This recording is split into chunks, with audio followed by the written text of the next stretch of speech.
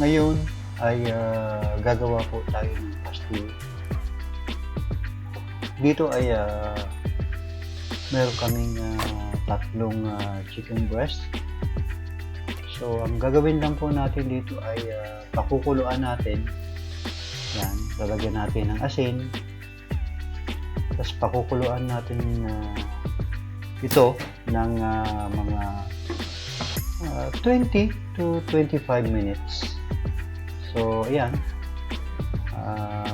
After 20 minutes, malambot na. Then, himay-himayin ng maliliit.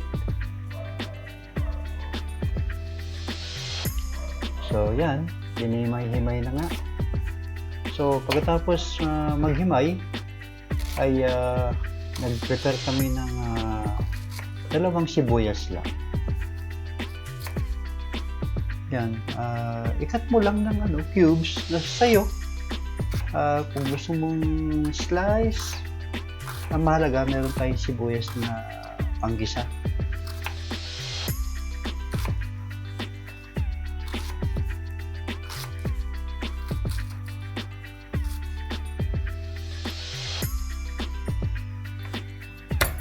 Yan. Pagkatapos ng sibuyas ay yung bawang naman.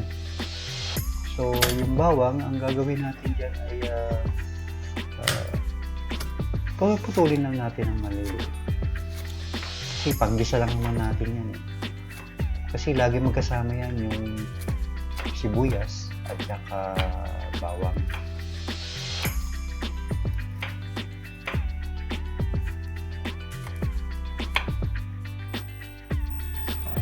Yan. Magsimula na tayong maggisa. So, sa una, painitin lang natin yung mantika.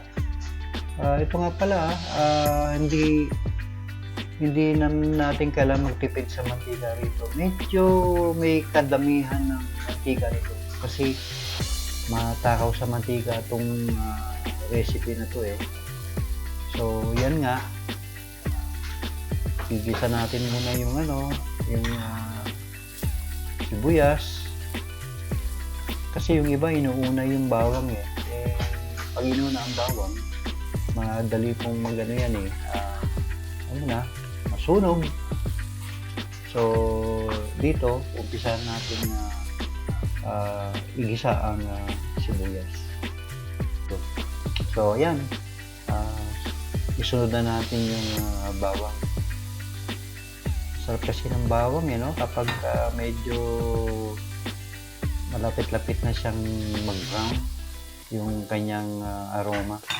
So, ang gagawin natin dito ay ating palalabasin lang yung kanilang mga natural acids. Yun ang magpapasarap eh. Yung maglalabas sila ng acid, yun ang nagpapasarap. Okay. So, yan. Dagdagan natin ng bay leaf. Pampabango yan. Para medyo matanggal yung anggo ng manok. Yan, lagay na natin yung manok. Kailangan yan eh, medyo yung recipe nga pala to kailangan halo ka ng halo. Kasi mahirap yung masunog at dumikit sa kawali. So, dito ay gumamit kami ng non-stick pan. So, yan. Pinahalo na. So, continuous lang ang halo. Yan, dagdagan natin ngayon ng toyo. Kailangan i-coat yung mabuti para equal yung lalo na yung sa kulay. Kasi mamaya magka-caramelize yan.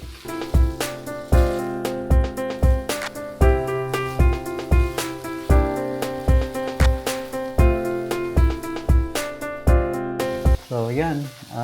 Sa recipe nga pa lang to, sa tatlong manok na breast, ay nagdagdag kami rito ng isang chicken cube o bouillon. Tapos, nag lagay din kami ng paminta.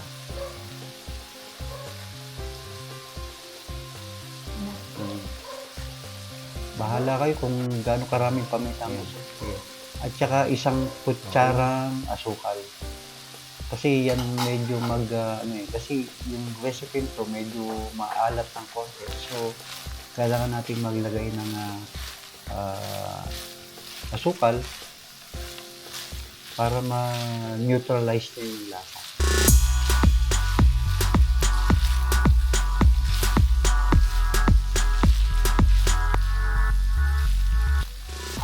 So, ayan. Keep on stirring lang ha.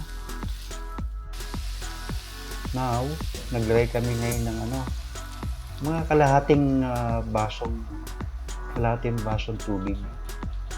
Ang purpose lang naman yan ay para matunaw ng gusto yung yung asukal at saka yung chicken cube. So, yung iba ginagamit nila powder naman, chicken powder. Nasa inyo kung ano yung gusto niyo.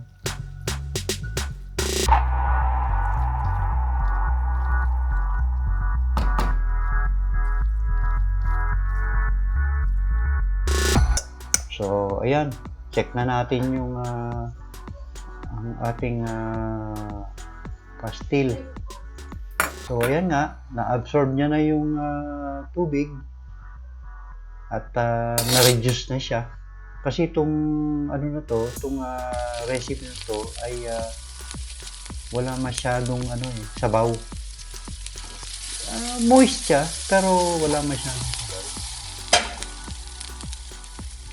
So, ayan. Constant stirring lang ang gawin para hindi siya dumikit sa Tingnan nyo, nagka-caramelize na siya, nagbaburn na siya. So, yan ang sekreto ng pastil. Yun ang magpapasarap diyan, yung kanyang mga parang kita nyo, parang tutong-tutong na. So, yan ang magpapasarap diyan sa pastil. Basta dire-diretso lang yung halo. Siguraduhin nyo na yung yung kalan nyo ay naka-medium lang hindi high. So, yan lang. Para hindi dumikit. Continuous stirring lang gawin. Para hindi siya dumikit.